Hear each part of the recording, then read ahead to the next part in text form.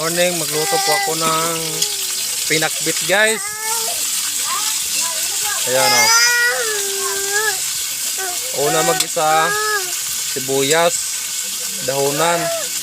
Tapos isunod mo ang magic sarap. Mare, magic sarap o. Kusunod,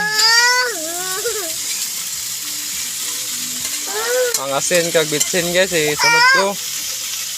Tapos ano dayon, gamay nga konting tubig. Tapos amo na okra, kalabasa kag balitong. Ayan.